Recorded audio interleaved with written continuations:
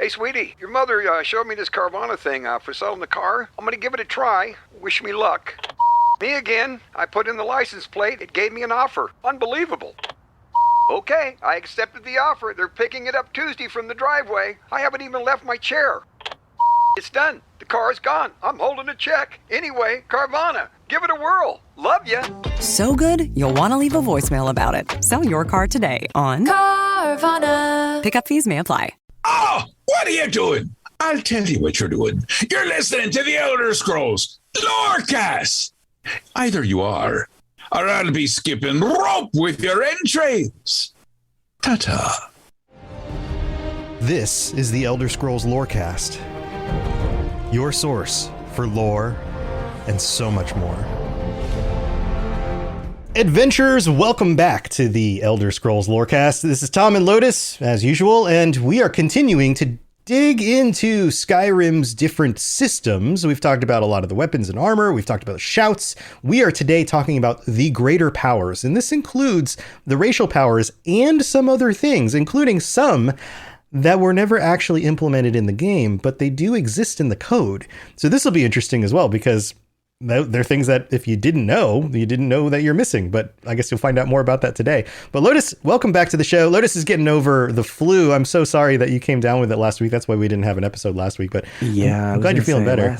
Last week was definitely me missing in action for sure. I definitely feel much, much better, but New England is kind of under siege from this weird super flu thing, and we finally caught it, and it was a very unpleasant, I don't know, 8 days or so.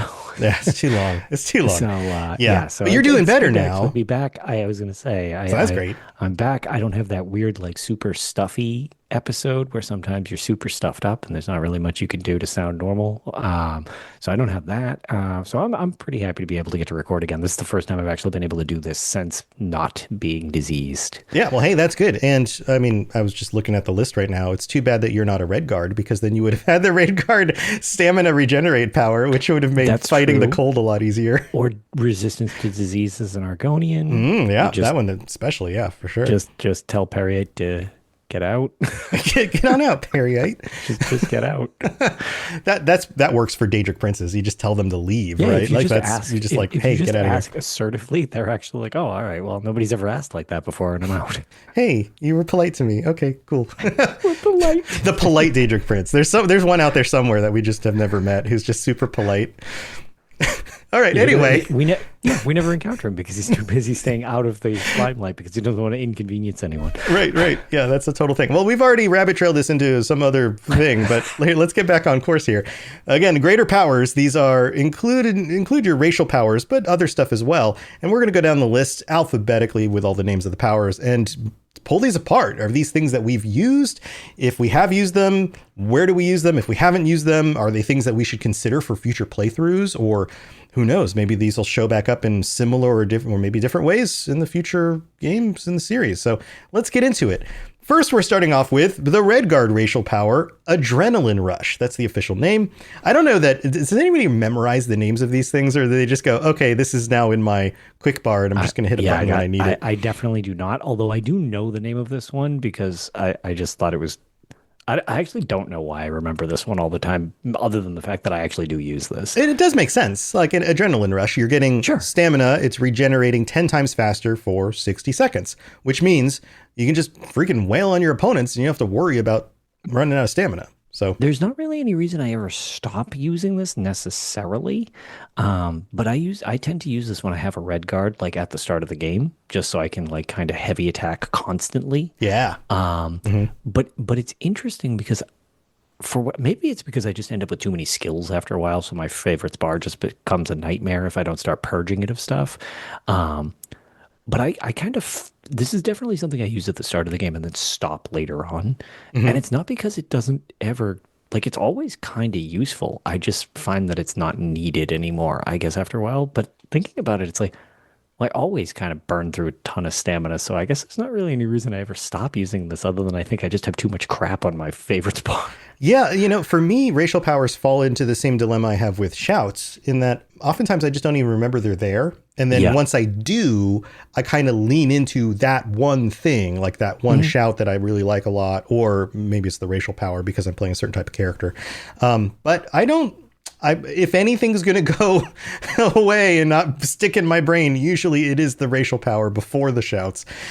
But they do come in handy, like absolutely, especially early in the game, especially if you're starting a playthrough at a higher difficulty level. One of the dilemmas with doing higher difficulty and survival is that level 1 is way harder. Like once you level up to level 2, things get easier. Level 3 gets a little bit easier until all of a sudden you start seeing a bump in enemies that you're coming across. Right, level 1, the next tier of enemies, if you can ever find that sweet spot, you can really get overpowered for a while. Right. But level 1 at like the hardest difficulty, and like it's like 2 bites from a wolf and you're dead, like, so you really got to manage that. So, all right. So let's, you want to rate these like 1 to 10? I think. Oh, sure. Yeah. We generally throw out ratings on things that we have any like, this one's, I'm going to give this one a 7. I do like this one. And I also tend to like playing a red card. So yeah, I think so too. I think that this, especially in early situations where the extra stamina helps you defeat something or get out of the way of something or whatever. Absolutely. I think this is like a 7 out of 10. It's definitely one I'm going to put in my little mental list of like, oh, gotta use that on another playthrough sometime. Yeah, I'll grow out of it, but I need it now. Right. All right, next one, the Dunmer racial power, Ancestor's Wrath. For 60 seconds, opponents that get too close take 8 points of fire damage per second. This one is way, in my mind, is really cool. This idea that like you're just like radiating like fire heat damage around you, like you've spent too much time, I don't know, in a volcano or something. But I also find that it's one of those things that I don't even remember is there most of the time. That is my problem. I always think that their Dunmer have cool racial passives from game to game, whether it's like summoning an ancestral spirit, or in this situation, you've got, the radiating the heat. And I officially always have the same problem. Oh, yeah, I should equip that and use that. Followed by several more situations where I'm redoing my... Oh, yeah, I got to remember to use that. Oh, yeah, I got to remember to use that. Until I'm just like, I'm never going to remember to use this, so why keep telling myself that? Right. I also, like, it's the kind of thing that you have to get close to the enemies to use. And if you're close to enemies, you're more likely to get hit. That's true, but I'm always up in combat anyways with melee as my go-to most of the time. So honestly, it really would benefit me to use this. I don't know why I just never think of this one. Yeah, it is just like adding extra DPS when you're fighting something. It's free DPS essentially for my playstyle. It's straight up a detriment that I don't use this, even though I don't. Yeah, it feels like one of those early on things that you would use, kind of like Adrenaline Rush, but in the case of like fighting a boss. And you're like, you know what? I just got to top out my DPS for the first minute of this fight and get as much damage as I can and then finish them off. Yep. So that's how I see it. I'd give it like a 5. It seems I was going to okay. say like a 5 or a 6, honestly, even though I forget it's there all the time. It would be nothing. There's not really any drawback to it if you're like a martial style player. Yeah, that makes sense. Now, the next one on the list is Battle Cry, and I have a feeling I know exactly how you feel about this one because there are similar spells.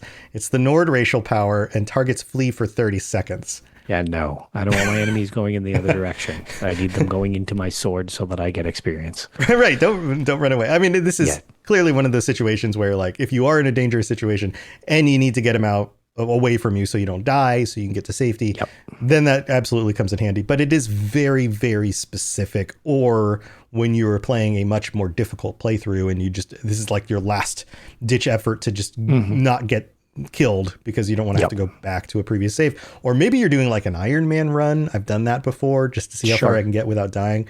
This would come in super handy for those. But it is very situational. So I would give it like a 3 or 4. Yeah, this is one of those ones that I would say probably like a 3. I could totally see it having its use, but since it doesn't ever align with my play style, it's just something I would never use. Yeah. All right, next on the list, Beast Form. This is basically when you transform into a werewolf.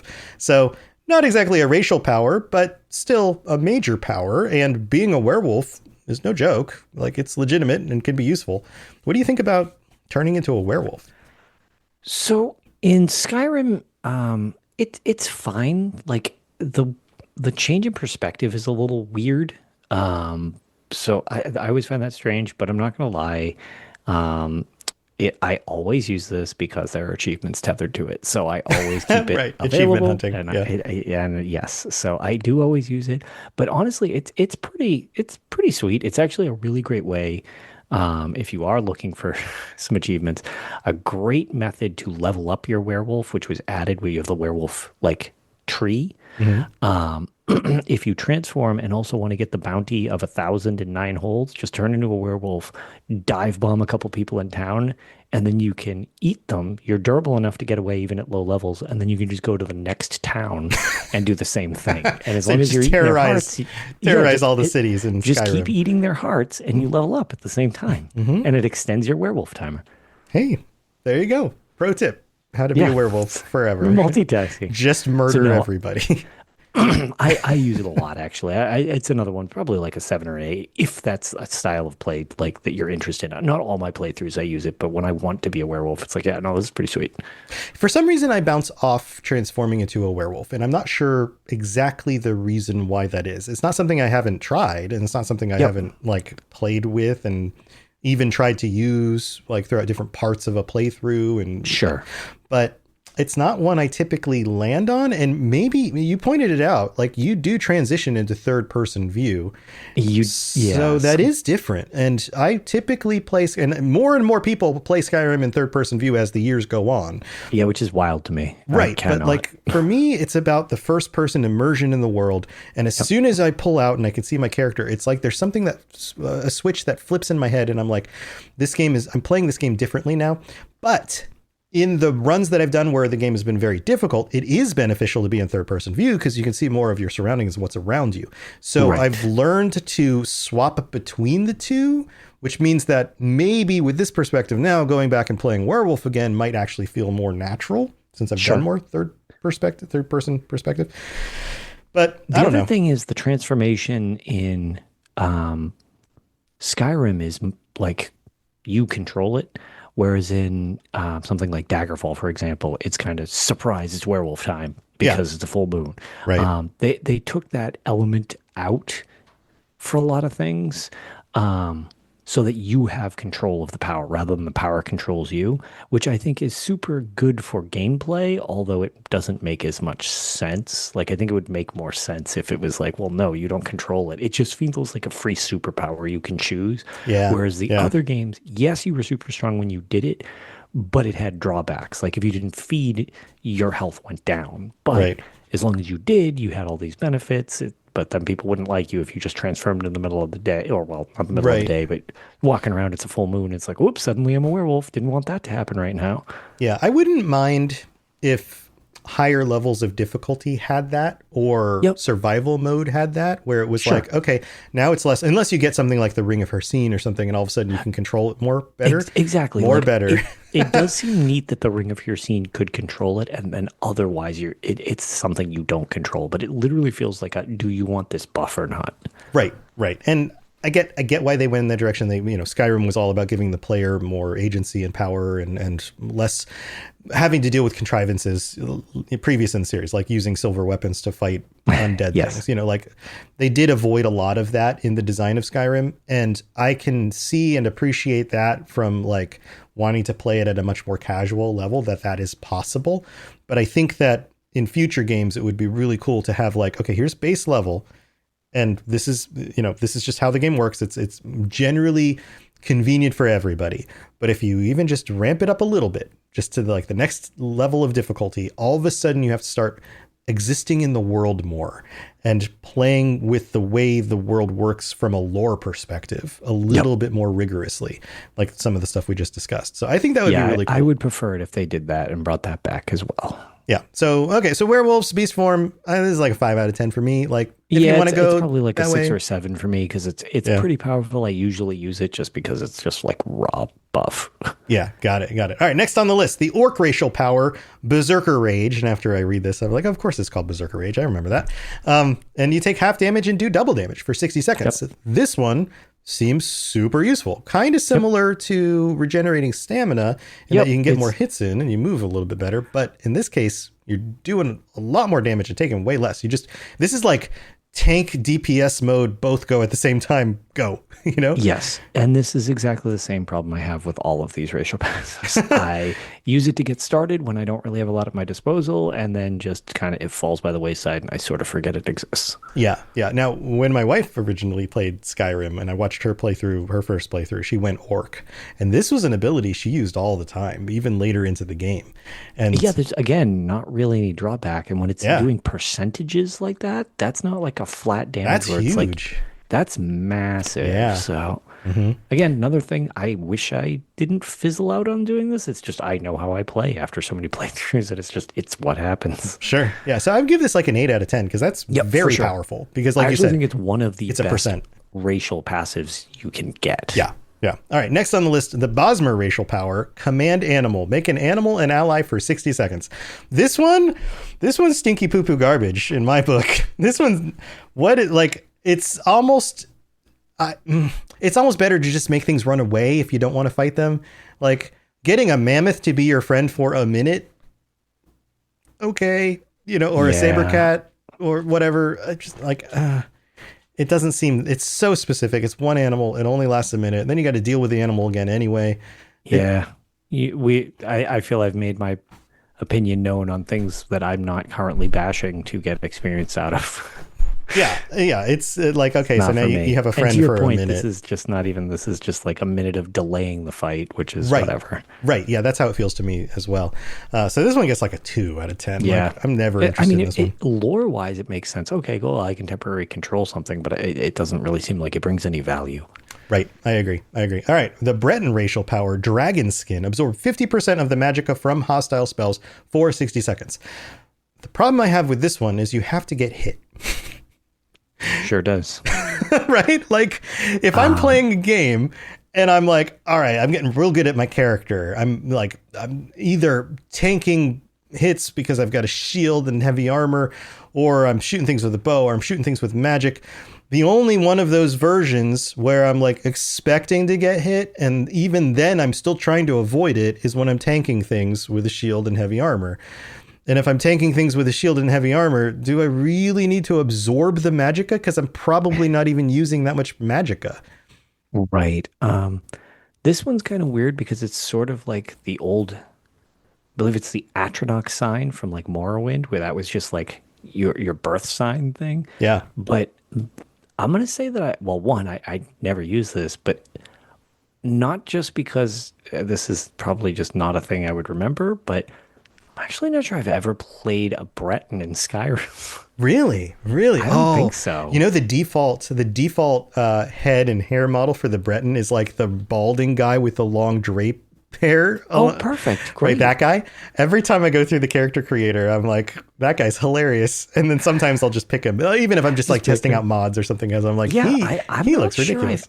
I can't think of a single playthrough, even if it was just for like a one-off thing that I was doing for something. I don't know if I've ever picked a Breton. No, in this time. I know I have in other games, but I was like, I don't think I ever have in Skyrim. So I know for a fact I've never used this. I give this one a 2. Like it's just not that useful, and I almost never use it. All right, so here's an interesting one. This one is not available in the game. It's something that was in the game code. It was not fully implemented. It is called Dread Cloak. For 60 seconds, opponents in melee range take 8 points of frost damage and stamina damage per second. So it's very similar to the Dunmer racial, where they get fire damage. Yep. But instead it's frost and stamina. So I can imagine that this one wasn't too hard to implement in the code, being that it's functionally similar with now it's just frost and stamina instead of it's frost instead of fire. Yeah, sure. Right. But it doesn't show up in the game. Like this is listed on the UESP and other places. This is a thing, but it was not implemented in the game. I'm sure there are mods that re-implement this as a thing that you can get and an ability. Sure, you can make it a thing. Right. But I like this better than the fire one because it's frost damage and stamina damage. So if you are in melee range with other melee characters and you're draining their stamina and slowing them down or whatever, that seems way more useful than just setting them on fire. Right, because you can back up while you're doing it. Yep. You slow them down, you hit them a few times, and then they're slower to respond. They have a harder time swinging at you the next time. You move back up, you get some hits in, you back up again, you keep on draining their stamina. That loop seems really effective. Yeah, no, that does seem pretty. I wonder if it was too powerful and that's why they didn't put it in.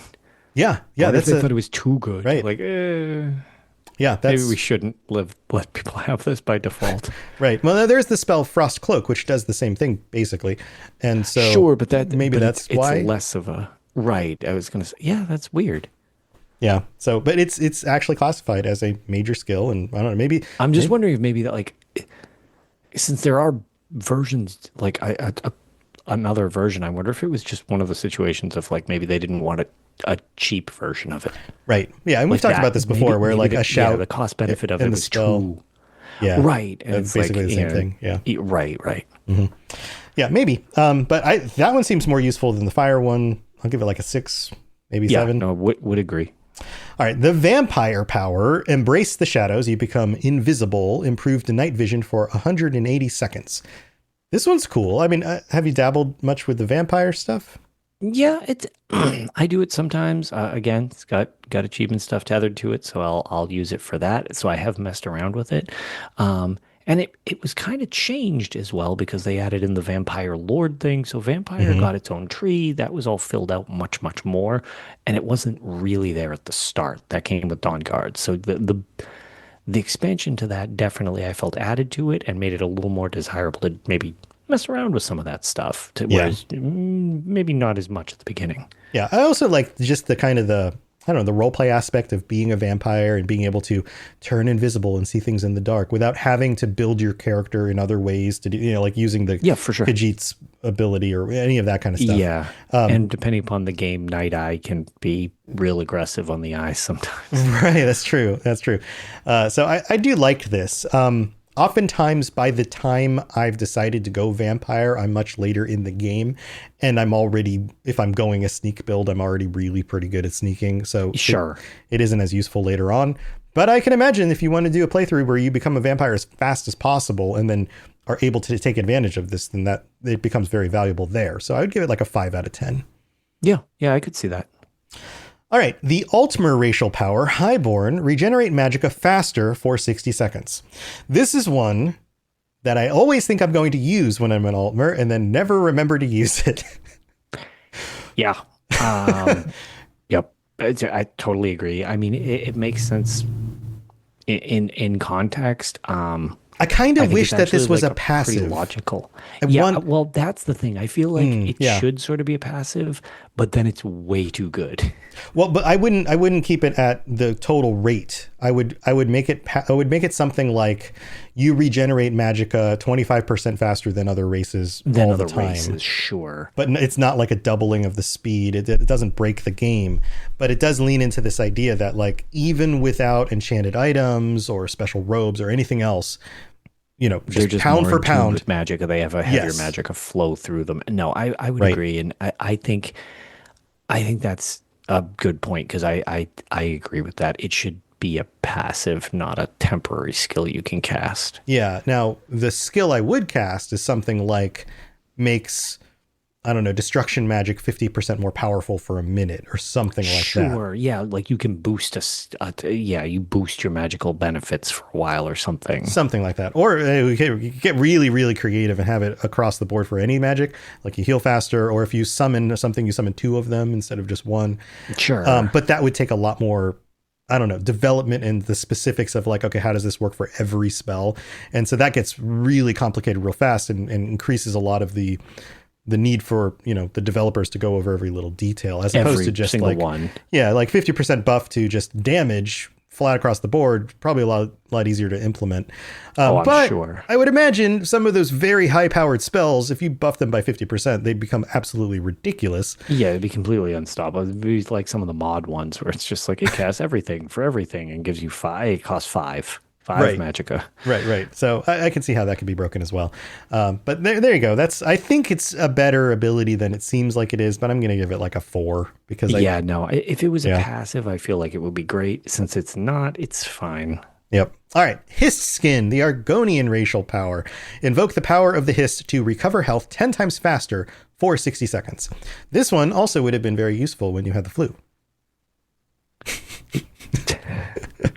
So Nice. Yeah, healing. But it's fine. This one's another one that's like I don't 10 rely on times. health regeneration. Yeah. Like, so no. Yeah, it's fine. It's whatever. I don't even feel this is like that lore interesting. Like that, this is actually one of the ones I think is super lame. Yeah, it's like, yeah, the more I think about it. Also, do you ever play an Argonian and go, you know what, I'm going to be super tanky? Usually no. Well, I mean, I like to be super tanky just as a baseline, and I do like being Argonians type of thing because I love water breathing. But my thing is just like health regeneration is not the style I would build into with anything ever. If I'm going, like, I would like more ability to heal myself, not more passive health regeneration, because you would need to get it so high to have it really matter, I guess. Right. It just, it just seems like at that point, I would rather more magicka regeneration so that I can cast a healing thing that's fast, quicker. Right. As opposed to just, you regenerate faster. Okay, cool. I'm going to just run around in a circle and try to not die for a while. I don't know. It just, health regeneration is not a stat I tend to build into very frequently. Yeah, I agree. I'm also not doing that. Well, here, we're moving on from a lot of these like racial powers to some other powers. Some of these come from the Dragonborn DLC, and I feel like anytime anything's in a DLC, you're more likely to miss it. Not because you didn't play through the DLC, but because it's like with several of the shouts, I didn't even know they existed. Right, yeah, like you just don't spend as much time going into that part of the game. Because I never just jump into a DLC, even if I've like going into it, however many times. I always kind of do things in the order that I think they're going to be played in, type of thing. Right. So I'm always, by the time I'm getting the DLC, I've kind of got my build set up at that point. So I'm not really exploring anymore the way I would when I first make a character. Yeah. All right. So I'm going to name some of these and just kind of read them out, and we're just going to go through them real quick because we got a bunch to get through still. So just give me your initial thoughts on this. This is Mora's Agony, acquired from the Black Book, The Hidden Twilight. It's multiple. In fact, the next 3 of these are all going to be from that book. Summons a field of wreathing tentacles that last 30 seconds and poisons foes who enter it. That sounds fun. Yeah. I mean, if you're leaning into the whole fun from tentacle stealth thing. Yeah. Oh, yeah. Yeah. So that seems like cool. And again, a lot of these I just haven't tried because never, or I might have tried. I don't think I've tried any of these actually. I might have tried a long time ago and I just don't remember. Maybe that's it. But here, we've got that one. We've got Mora's Boon, which fully restores your health, magicka, and stamina. That seems super useful. I actually think maybe I've used that one. I don't know. That one seems awesome. But here's the trick. This one, although most of the time you'll notice that it fills all of your health, it actually is limited to 1,000 points. So if you've created a build where you've topped out any of those stats above 1,000, so it won't. It won't. That's pretty funny. Which is funny because they could have just put like 9999 in the code instead, and nobody would have ever known. But I guess you can actually overbuild your character in those regards. That's really funny. But that's another one of those like, get out of danger abilities. So it's useful. And a really effective one, to be fair. Yeah. So this next one is Mora's Grasp. Targets are frozen between Oblivion and Tamriel for 30 seconds and immune to all damage. Basically, you put them in like stasis. Why would that be useful? Right, unless you're doing that and then running away. Because you don't want them to run away and you just want them to stand there while you kill somebody else. And or set up like 50 booby traps under them for when they're out of stasis. Right. Yeah. Like, all right, now we got you. Sorry. No, that seems very memeable more than useful. Yeah. But it also feels very lore interesting. This idea of like, for sure, sending something somewhere.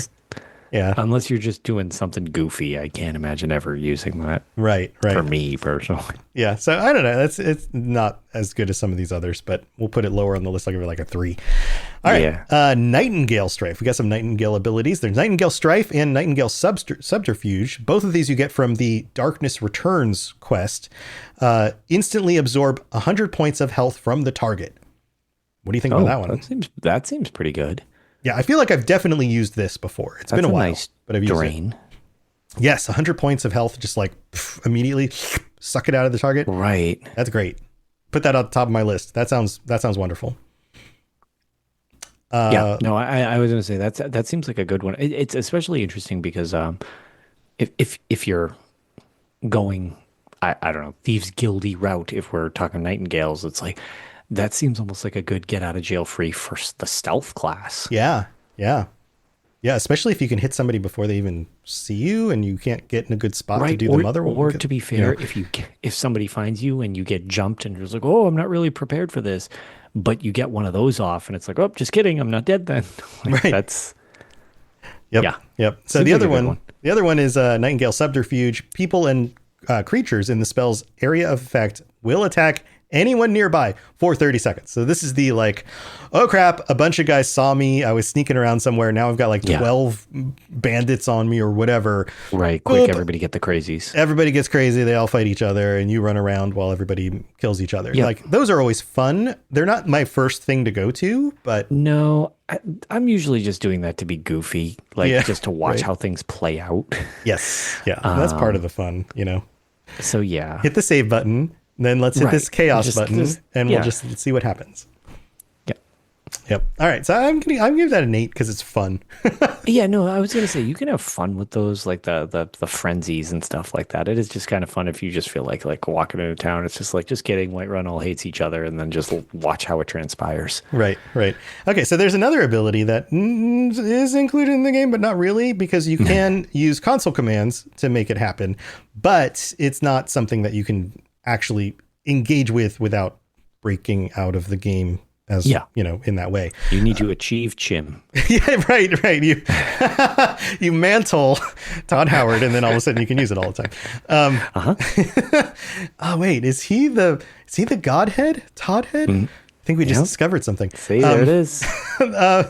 Omen of Warding. You take no fall damage for 15 seconds. This is one of those that really feels useful when I'm just trying to climb up the side of a mountain and I might slip. But outside of that, I don't know that I would have used it. I'm curious how, well, I guess since it's not in the game, it doesn't really matter, but it makes me wonder, like, because you know how you go into those like wacky ragdoll physics type of thing when you're falling for a while and you start tumbling? Yeah. I wonder if you're actually allowed to engage it like, while I don't you're think following. You'd be able to while you're falling. You need to know, like, oh God, like, because if you go into that, I don't think you would be able to cast anything at that point, and then it's too late. Yeah, once you're actually in the fall animation, I don't think you have the ability to do things. Right. Yeah. So you basically need to realize, oh God, I've slipped, and then cast it immediately. Right. So yeah, I mean, it's just very, very, like, give it like a 1. I get why it wasn't fully implemented. I don't know that people would use it very often. I understand probably why that wasn't implemented. Unless you're just like, I'm going to jump off the top of High Hrothgar and just see how far I can go or something. Seems like it would have been good for 3 with the Scroll of Icarian Flight. Or that it only lasts 15 seconds, so it could work for the first few times you hit the ground, but as you continue to tumble, it goes away, and then eventually you take damage anyway. And then you steadily start fracturing bones for the. Yep. All right, we've got another one that was not fully implemented in the game. There's some code there. It doesn't work very well. You can kind of force it to work, but it's called Polymorph Skeever, and it's not about turning other people into skeevers. It's about turning yourself into a skeever, which I feel like that. Go ahead. Yeah. I feel like that had to have been like the plan for a quest. Yes, I was about to say that too. And they ditched it. Right. They're like, okay, you got to do a sneaky quest where you have to go, I don't know, burrow underneath this wall as a skeever in order to go steal somebody's things out of their basement or something. Yes. I feel like, especially given some of the quests in Elder Scrolls Online that have stuff that are like that, whether it's you turning into something or you controlling something, I feel like that's got to be what the reasoning was. And then that quest didn't make the cut, or it didn't really work, or it didn't make any sense, or whatever. But I think it got the axe. Right. Yeah, probably. But that seems like a fun idea. I mean, just turning into a skeever just for, I don't know, to do chaotic, crazy things in the middle of town. Just skeeve it up. Skeeve it up a little bit. You know, that should be a thing. Just skeeving it up a little listeners, bit. If you want to use that in your regular conversation, and maybe we can make that a thing. Skeeving it up. What are you doing? Just skeeving it up. Just skeeving. What does that mean? Don't know. Don't worry about it. It's fine. Just skeeving it up. If you know, you know. If you know, you know. Secret of Arcana. This is another Dragonborn one. Acquired from the Black Book, Filament and Filigree. While under the effects of this power, if you begin casting a spell that consumes magicka over time, such as telekinesis, that spell will remain free of magicka costs for as long as active. So basically, spells cost no magicka for 30 seconds. That's great.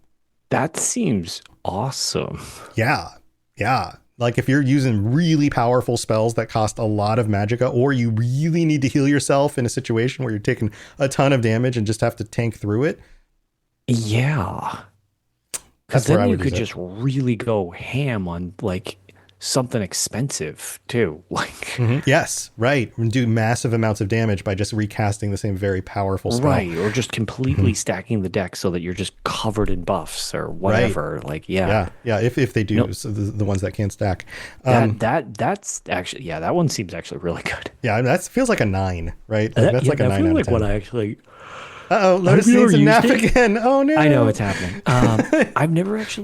I've never used that, but I actually really want to now. Like, I feel like I need to implement that in my next playthrough. Yeah, and I think that's one of the fun things that we're discovering here is that there are so many things in Skyrim that even when you go through multiple playthroughs, years afterwards, oftentimes you just don't run into certain things and you're like, wait, that's a thing. So now we need to make a point to like, okay, now I'm going to go do this part of the game on purpose to be able to experience right, just to this. try it out. Yeah. So there's another one you get from the same book, Filament and Filigree, Secret of Protection. You take half damage for 30 seconds. That's all right. So Great. That's pretty good. It's kind of similar to, what was it, the orc one? But not that you don't do more damage. You just take half damage. So that's great. I sold my car in Carvana last night. Well, that's cool. No, you don't understand. It went perfectly. Real offer, down to the penny. They're picking it up tomorrow. Nothing went wrong. So, what's the problem? That is the problem. Nothing in my life goes as smoothly. I'm waiting for the catch. Maybe there's no catch. That's exactly what a catch would want me to think. Wow, you need to relax. I need to knock on wood. Do we have wood? Is this table wood? I think it's laminate. Okay, yeah, that's good. That's close enough. Car selling without a catch. Sell your car today on Carvana. Pickup fees may apply. And then there's another one, Secret of Strength. Power attacks cost no stamina for 30 seconds. That's very specific. Okay, so just swing yourself around like a total lunatic because you can do it as much as you want. Right, yeah, just like two-hand power attack everything. And then you just keep on swinging. So that seems fun, especially if you're going for just like, big power hammer build type of thing. I was going to say, if you have like a Warhammer or something like that, that's going to be kind of fun because it's like, okay, well, I could just literally run around swinging this like a top, just twirling. Yeah. All right, so let's move on. This one is Shadow Cloak of Nocturnal. This is another Darkness Returns reward. For 120 seconds, you automatically become invisible while sneaking. So it just tops out your sneaking to the point where you're just invisible. So you just become good at sneaking no matter what because you're straight up invisible. Right. That seems like a really good way to level up sneaking. Yeah. Nocturnal's shielding you from all sight. There you go. If you're just invisible and you by default can't be seen, then you can kind of like sprint sneak around and just like collect the XP because it's like, well, okay, you're not being found at that point. That actually seems like a really good way to level sneak. I actually like that a lot. Especially if you're using spells that get rid of the sound you make also. And then you're just completely not detectable. Yeah. So that would be really cool. So that one seems very useful if that's the direction you're going. So I like that. It's like an 8 out of 10. Yeah. All right, Stop Ruin. This is another one that you can use in the console, but isn't fully implemented in the game. Cast on a nearby surface, it explodes and freezes the target in place for 10 seconds. And it's not fully implemented, so the amount of damage isn't fully set and all of that. But this is like a trap. This is a, like, freeze something, do damage to it, and lock it down in one spot, which seems useful. Yeah, not bad. So, I don't know. This is like a 5 out of 10, but not implemented in the game. I'm sure there's mods out there that add that. Next one on the list, Summon Karstag. Karstag, 2 A's. Summon Karstag to fight for you for 120 seconds. You may only use this ability 3 times and only while outdoors. And this is from the quest Summoning Karstag. This is, I'm sure I did this and was just like, okay, that's what this does. And then moved on. Plus, you can only use it 3 times. Yeah, that's That's whatever. There's another summon one. Spectral Assassin summons the ghost of the legendary assassin, Lucien Lechance, to fight by your side until he's defeated.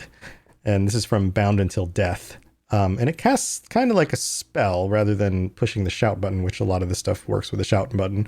This is another one I used. I remember when I discovered this was part of it, and having been a big fan of Oblivion, I was like, that's great. We got Lucien as my ghost buddy.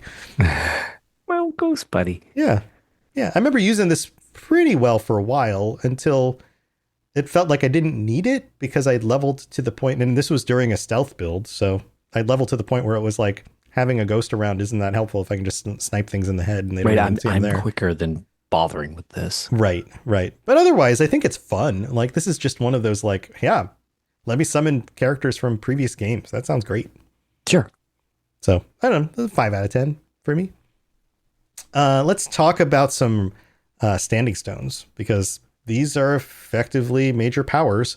There's the Ritual Stone, temporarily reanimates corpses in the immediate area. Isn't this the one you get when you go like east of Whiterun and there's that necromancer up on top of the hill? There's a stone up there. That could be. I think that's where this one is. One of the ones I usually go to. The ones I use are super lame. I can already get to the point of that. So, so yeah. I mean, this is like if you're going like necromancer build and you just want to bring back corpses to fight for you. Like that's fun. I don't have anything. It's not the most useful thing in the world, but it plays into like a role play kind of playthrough. Yep. So that was okay to me. Next on the list, the Serpent Stone. Target is paralyzed for 5 seconds and takes 25 points of damage over 5 seconds. How do you feel about this one? Because they don't run away. They're just paralyzed. You can still hit them. Yeah, no, paralyzed is fine. I'm not fighting back while I gently poke them to death. Gently poke them to death. Yeah. Okay. The Shadow Stone, invisibility for 60 seconds, activating an object or attacking will break the spell. This I feel like is useful early on before you have good sneaking ability and you really just need to like get past something that's kind of in the way. I do not use this one. Yeah, I don't think I've really used this one much other than maybe like once or twice just trying it out, you know? So yeah, not super great. Maybe like a 2 or 3 out of 10. Yeah. The Tower Stone, unlock any expert or lower lock once per day. I've never used this, but the fact that this comes up again here and I go, you know what? There are definitely times in playthroughs where I just didn't try doing a really, really hard lock because I didn't have enough lock picks on me and I didn't want to burn through them. That would have been really useful. There's no scenario where I could see where I would want to waste a stone on this. Yeah, because you do have to choose this as opposed to something else.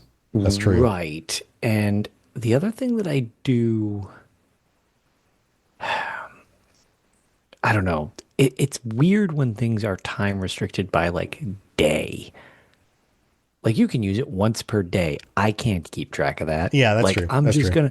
I know what it is I'm going to go 3 weeks and never use it once.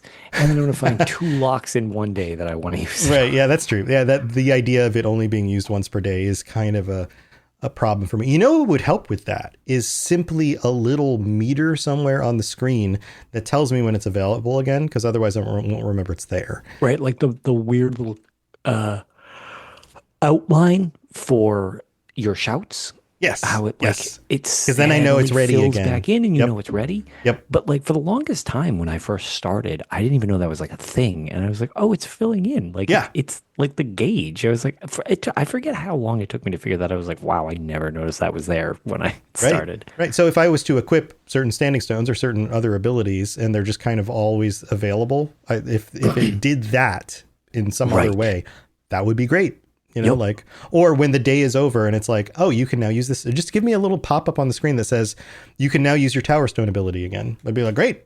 Awesome. Yeah, sweet. Yeah. Cool. Now I know. Now I don't have to try it and be upset when it doesn't work. An add-on or something like that for that. But and I'm sure somebody's yelling at their speakers right now, just going like, you could just wait. You could just pass the time. You could. Yeah. You totally could, but I don't want to do that. Right. Yeah. Like, that breaks the feeling of playing the game. Like I tend to not. I sleep just enough to ward off the like metaphorical, like you never sleep. Yes. But like most of the time when I wait, I don't really wait. I like mess around and do stuff. Like I'm manually waiting, Right. not just hitting the wait button. I don't know. There's no reason to do it other than I just find it like Yeah. It feels like giving yourself a load screen, which doesn't ever feel like a good thing. choosing a load screen. It's like I'm just going to choose to add one more load screen to this game. That's what it feels like to me. But yeah, I think that one of the reasons why I like Oblivion is that you have to rest in order to level up.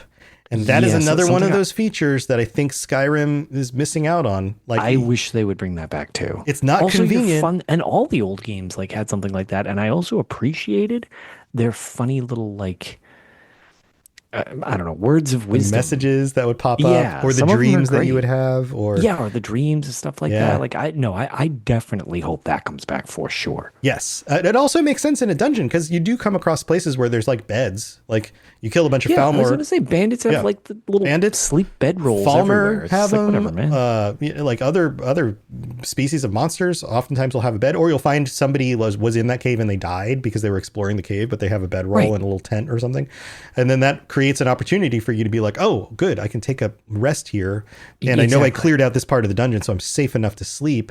So time to level up. That feels there's something that feels better about that. All right, Vampire Seduction. This is just a vampire power. Creatures and people up to level 8 won't fight for 30 seconds. So this is like, hey, I'm surrounded by a bunch of low-level things. They're easy to kill. Let's make them even more easier to kill. Yeah. No. Which anytime any of these spells is limited by level, I feel like that's a problem. If instead, what I would rather do is if you have a spell or an ability that makes people, say, not fight back, the time it applies to everyone, but the amount of time that it applies for is reduced for higher level things. So if Sure, it's I level think that would be 1, fine. yeah, level 1, maybe it lasts a whole like 5 minutes because it's a level 1 'cause enemy. It's just Yeah. But if it's like Some level chud. 20, maybe it only lasts like 10 seconds. Or Yeah, it's no. the distance of your level to their level. Oh yeah, okay, but yeah. But no, I agree with you. That would be a way to make it much more useful because honestly, it's just like in the meantime, it's just like I don't know. The level gated ones, I have the same exact problem. I just simply never use it because I was like, if it doesn't work, then I'm going to be super annoyed. So I'd rather just not bother. Right. Yeah. I'm on the same thought there. So that's like a 1 for me. I would almost no, never 100%. use it. All right. We've got to Vampire Servant. This one has 4 different tiers. Reanimate a weak dead body to fight for you for 60 seconds. Reanimate a more powerful dead body to fight for you. Reanimate a powerful dead body, or reanimate a very powerful dead body, all for 60 seconds. And there's, as this levels up, you get like 60 points for 60 seconds or 13 points. It's just everything kind of tiers up. And this one, it's fine. It's Yeah, I there's was about to spells say, that this do is this. You know? fine. It's fine. I like role playing as a necromancer and trying to build the biggest army and just take them through things with me. That's cool that you can do that as a vampire. It makes sense, but yeah, it's fine. Yeah, it's fine. It's an astounding fine. Right dead in the middle. 5 out of 10. It's fine. Yeah. So yeah, it's fine. And then one last one, the other racial power that we didn't get to yet because it's at the end of the alphabet. Voice of the Emperor. This is for Imperials. Calms nearby people for 60 seconds. How do you feel about this one? No, I don't want people calm. That's No, not what I want them to run into my That- sword. Yes, that's not the life I'm about. Right. I also, if you use this in like a city where you're really just trying to chill everybody, you do something wrong, people freak out, you're trying to chill them out. When Sure. it's done, they just freak out again. Right. It doesn't solve the problem. It just maybe helps you get out of the room. But that's about it. It's as useful to me as something like, scaring them, making them run away. And I know there are differences there. I know people are going to be passive. like, I guess pacifying them is better than making them run away because then they could be passive and I can still smash them. right. But yeah, so it's better. It's like you get one free hit, and if there's a group of them, you stop getting hit for a little while by all of them. Correct. So Yeah, there's not some of that, but not for me. nope. I'm giving this like a 2 or a 3. Yeah. Yeah. So there you go. Those are the major powers. They're the big ones, but there are other powers. There's, in fact, single-use greater powers. There's a whole list of these that come from the stones. These are the All-Maker stones that show up on Solstheim. And Lotus and I were going to go through these on this episode, but then I was like, you know what? We've never talked about these stones. We've never talked about the lore behind them. There's a lot to dig into here. So we're going to hold off on that for a future episode in order to give that its fair share of info. It's proper due because there's actually a decent amount to it. And if people want to ever know about just those specifically, and that we figured it's worth us doing a deep dive on just those rather than just tacking them on at the end here, because they're not quite the same. I mean, they do give you powers, but not the same as this, I don't feel. Yeah, they are a little bit more powerful generally, and there's also some interesting lore behind them. It's more than just like, oh, there's a standing stone and it correlates with this constellation or whatever, and now you have power. Or you are a certain race, and so this race is better at this thing, so therefore you have a power. There's a little more to it. So we're going to get into that in a future episode. But Lotus, we've got to take a quick break and go thank our patrons and all of that. So don't go anywhere. We will be right back. You're listening to the Elder Scrolls Lorecast, dear child of cities. That is why the Night Mother loves you. All right. Shout out to all of our patrons. Thank you for all the currently 125, not just free tier. These are people who've signed up and are supporting us on Patreon. So thank you to all 125 of you, and to anyone who's also a free tier. Like last week, we missed the episode. Lotus was sick, and we were hoping to get back together over the weekend to knock it out, but it took too long. And so I stayed sick. Yeah, he stayed sick. So instead of just doing kind of a filler episode, we just took the week off, and I notified everybody on the Discord, hey, if you're a free member of the Discord, you will get those notifications. You'll know, oh, that's why there's no episode this week, and how all of that stuff works. But you also get lots of other stuff like t-shirts and stickers. You can join us for our patron chat. We've got one coming up next week that will be on Thursday night. So a week directly from right now as we record this on the 29th at 9 p.m. Eastern. And you can come help join in the conversation or even decide what we're going to talk about. So that's... Yeah, we're always looking for ideas. Yeah. So patreon.com/Elder Scrolls Lorecast for that. And shout outs to our two newest patrons, who I think I read before, but maybe I was preparing for the episode we didn't do. No, I think you were preparing for the episode because that's very funny. And it's SHHHSH. So it's shh, maybe. And Exploding Owl. Wonderful names. Thank you for joining us. Yeah, that should be a spell. That's what the Dunmer should have. They should summon an owl that explodes on their enemies. It's just exploding out. Oh, look, it's an owl. And it's just oh God. Yes. And then pops like a water feathers everywhere. Also, shout outs to all of our Daedric princes, Austin B, Peter R, Hercine, Blinding Vision, and Kira C. Thank you so much for your continued support as well. You guys get shout outs every week. And to our chat in the live stream, thank you for being here. It's so fun to see. We can't always respond to everything you guys say as you say things, but we're reading it. And thank you for being here. No. It's always entertaining. Yeah, no, I appreciate all you hanging out tonight. And then if you want to help out in other ways, you can leave a 5-star review on Apple Podcasts. If you do so, we'll read that out on a future episode. You can also just comment on the episode. Positive comments, positive reviews, all of that stuff is extremely helpful. And we appreciate everybody just taking a little bit of time to give back because, you know, this is a thing that wouldn't work if it wasn't for all of you. And we really do appreciate it. Glad to know people enjoy it. Yep. So we're going to get to the random UESP page to wrap up this episode. But Lotus, before we do that, you guys have anything going on over at Tales of Tamriel? We've got another episode. Hopefully will be planned because I was going to say we were laid out. We wanted to actually record last weekend, but that right along with this show, I couldn't really spearhead much of anything. But we've got our thing that I've kind of alluded to where we're working with TES Benefactor for the Imperial Library, so we can go over that recently revealed thing that both is on the UESP and the Imperial Library about the D&D game that was kind of the foundation for what they used to create the series. The thing we've speculated about a lot, going back over that old lore, like, oh, this feels like it's from a D&D game. Yeah, it's because it turns out it seems like it just straight up is. That's great. And they have a lot of that, so we want to dive into that. Again, our last episode was the big reveal for the upcoming year of the Elder Scrolls Online. But yeah, there's just like a lot of stuff coming out. So we're going to be recording an episode. You can check that out soon enough. Because my gameplay, you know, if I've been, I've stepped back a little bit. I'm just kind of like more from exhaustion of life, but I haven't had as much time to play games. And because it's just constant winter horror here where I live in New England, I've gotten back into Skyrim. So that's kind of Nice. That's why some of these things that I'm saying I'm going to be trying, I'm interested in that. They are currently in the playthrough that I am working on. That's great. Yeah, it's like comfort food, you know, like I at least once a year I jump back into Skyrim, and it's also kind of nice to be in like a snowy winter setting but not have to be freezing while doing it. Yes. Well, it's nice to look at the things outside but then be toasty warm. right. So it does feel like a winter game. Yeah, for sure. Also, we had the Xbox Direct that happened today. And there were people online saying, "Oh, stealth drop for Elder Scrolls 6." Nope. No, incorrect. Not happening. Sorry, guys. Still got some time. I will say, Ark had a really funny comment in our just like little side chat thing, because I was working when the direct was happening.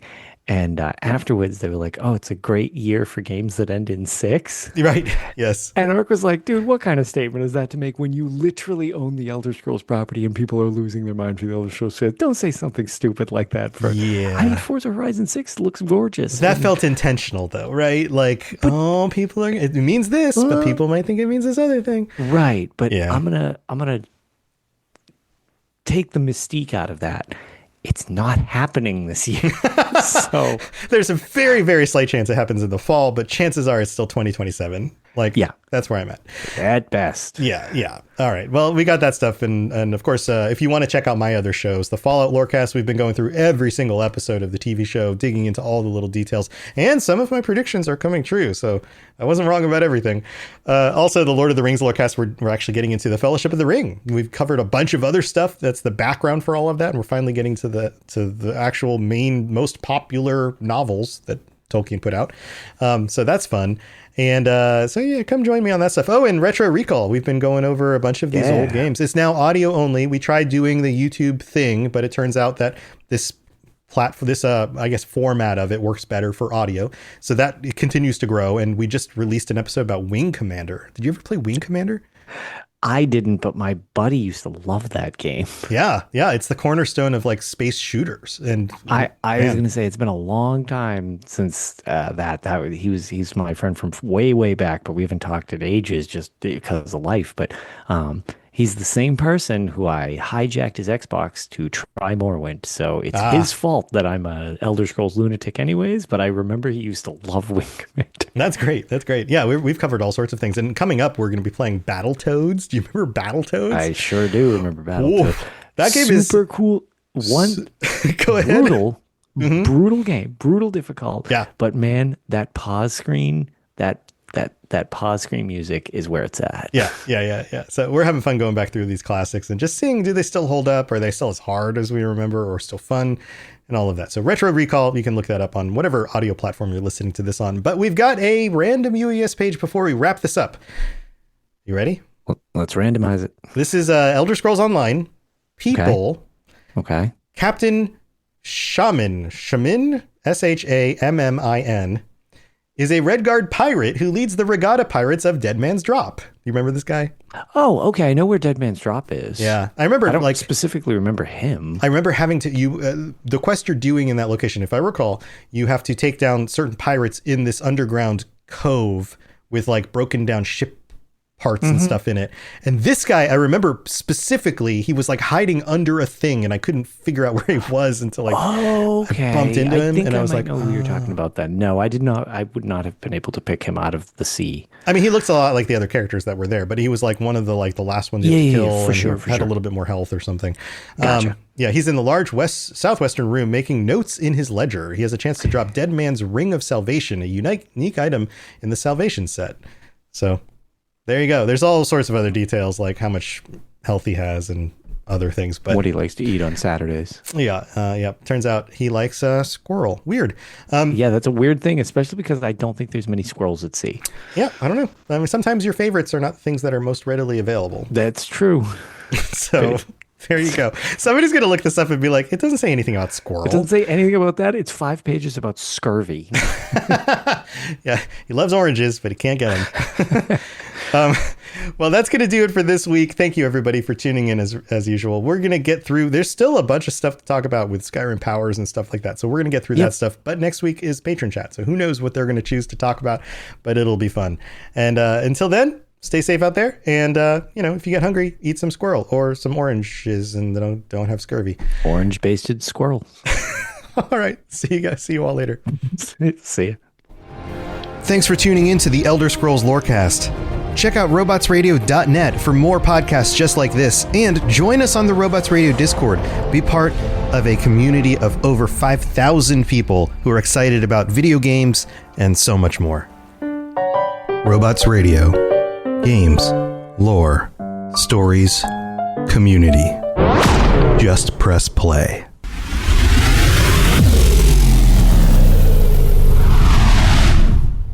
Mom, can you tell me a story? Sure. Once upon a time, a mom needed a new car. Was she brave? She was tired, mostly. But she went to Carvana.com and found a great car at a great price. No secret treasure map required. Did she have to fight a dragon? Nope, she bought it 100% online. From her bed, actually. Was it scary? Honey, it was as unscary as car buying could be. Did the car have a sunroof? It did, actually. Okay, good story. Car buying you'll want to tell stories about. Buy your car today on Carvana. Delivery fees may apply.